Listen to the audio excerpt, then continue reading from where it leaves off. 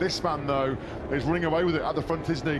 Let's not forget that huge scare that Bezzecchi... Personal best of 132.065, but Bezzecchi is just in a complete class of his own at the moment, pulling away at the front of this. Signs of it right now, though, as he holds on to that second place.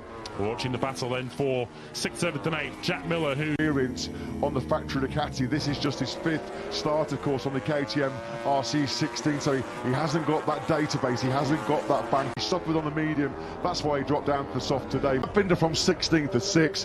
Well, he takes 3rd place, and Marco Bezzecchi, confirmation on your screens, the 1000th GP. He's our MotoGP winner.